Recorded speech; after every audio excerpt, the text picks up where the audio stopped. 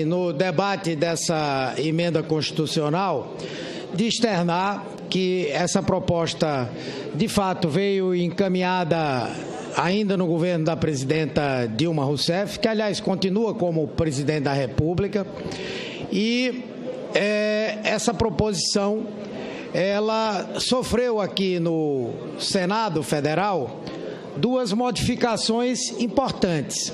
A primeira, nós retiramos qualquer possibilidade de que houvesse desvinculação de recursos dos fundos constitucionais do Norte e do Centro-Oeste.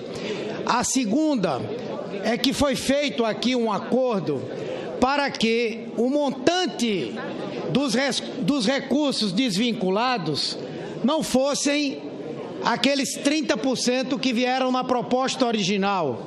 Houve um acordo para que mantivéssemos isso em 25%, quando a proposta que vigorava até o ano passado, ela previa 20%.